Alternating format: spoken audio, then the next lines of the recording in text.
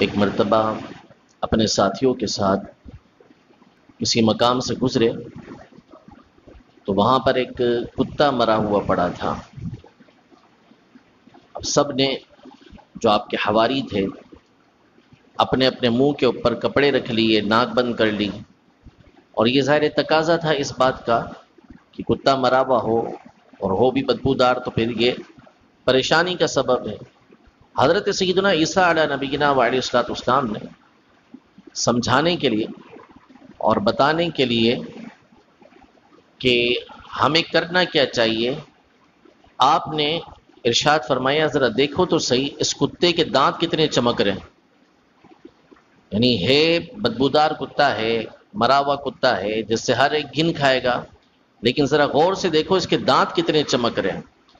یہ حکایت آپ کے ذکر کی گئی ہے، اس میں اصل سبق آپ نے یہ دیا ہے کہ آدمی اگر چاہے تو بری سے بری بات ہو، ایسی بات ہو کہ جہاں خرابیاں ہیں تو وہاں بھی اپنے لیے اچھائی کا پہلو تلاش کر سکتا ہے، اچھی بات کو تلاش کر سکتا ہے۔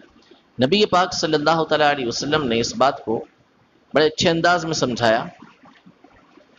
حدیث مبارکہ ہے، حضرت ابو ہریرہ رضی اللہ تعالیٰ عنہ روایت کرتے ہیں کہ حضور صلی اللہ علیہ وسلم نے ارشاد فرمایا کہ ایک شخص اچھی بات سنتا ہے، دانائی کی بات سنتا ہے، حکمت والی بات سنتا ہے، جیسے ہم ابھی ہماری اصل میں جس طرح کی عادتیں چل رہی ہیں اس حوالے سے حدیث پاک ہے کہ اچھی بات سنتا ہے اور اس میں سے بری بات کو نکالتا ہے، پہلو برا نکالتا ہے۔ اس کی مثال ایسے ہے جیسے ایک شخص کسی بکری کے ریوڑ کے پاس آیا اور اس کے مالک سے اس نے کہا کہ مجھے اس میں سے ایک بکری دے دو، بہت ساری بکریاں ہیں، پورا ریوڑ ہے، ایک بکری دے دو۔ مالک نے کہا کہ ٹھیک ہے، اس میں سے جو بکری چاہیے جا کے لے لو۔ اب وہ اندر جاتا ہے، اندر جا کے چکر لگاتا ہے اور اس میں بکریوں کی حفاظت کرنے والے کتے کا کان پکڑ کے باہر لے آتا ہے اور کہتا ہے یہ مجھے چاہیے۔ تو فرمایا یہ مثال ہے اس کی کہ جو باتیں اچھی سنے گا، حکمت والی سنے گا، دانائی والی سنے گا، لیکن بات اس میں سے برائی والی نکالے گا۔ یعنی ہم اچھی سے اچھی بات بھی سنتے ہیں تو اس سے سبق حاصل کرنے کی بجائے اس میں سے وہ بات نکالیں گے کہ یار یہ خرابی تھی اس کے اندر، یہ غلطی تھی اس کے اندر۔ اچھی سے اچھی چیز دیکھیں گے، اچھے سے اچھے مقام کو دیکھیں گے، دکان کو دیکھیں گے، کسی کے گھر کو دیکھیں گے، تو ہماری کوشش یہ ہوگی کہ اس میں سے برائی کا کوئی پہلو نکال لیں، خرابی کا کوئی پہلو نکال لیں۔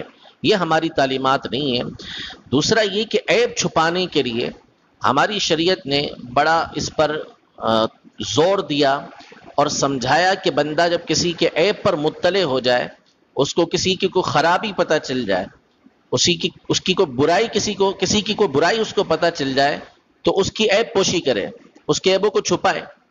فرمایا کہ جو مسلمان کی ستر پوشی کرتا ہے، اس کے عیب کو چھپاتا ہے، تو اللہ تبارک و تعالیٰ اس کے عیبوں کو چھپاتا ہے۔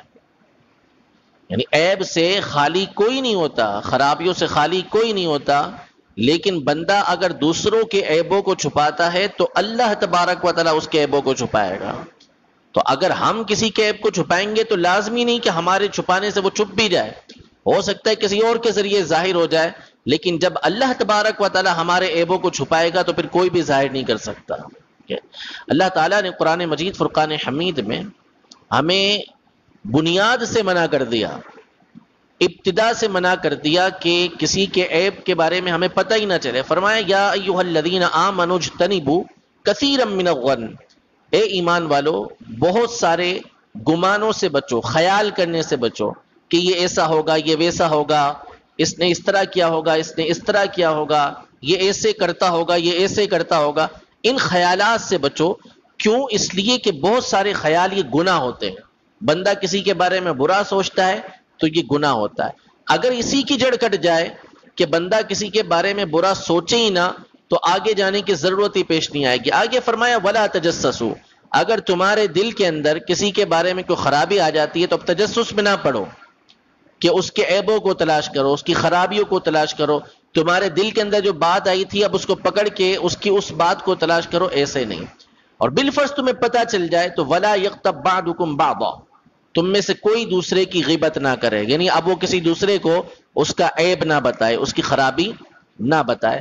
رب العزت جل وعلا ہم سب کو مسلمانوں کے عیبوں کو چھپانے کی توفیق عطا فرمائے، ہمارے دل کو پاکیزہ بنائے، ستھرا بنائے، اور دل میں مسلمانوں کی محبت پیدا فرمائے، بغض و کینے سے اللہ تبارک و تعالی ہمیں محفوظ فرمائے، اور اللہ تبارک و تعالی دوسرے مسلمانوں کے صدقے میں ہمارے عیبوں کو دنیا میں بھی چھپائے اور آخرت میں بھی چھپائے۔ آمین بجاہ النبی الامین صلی اللہ تعالی علیہ وآلہ وسلم۔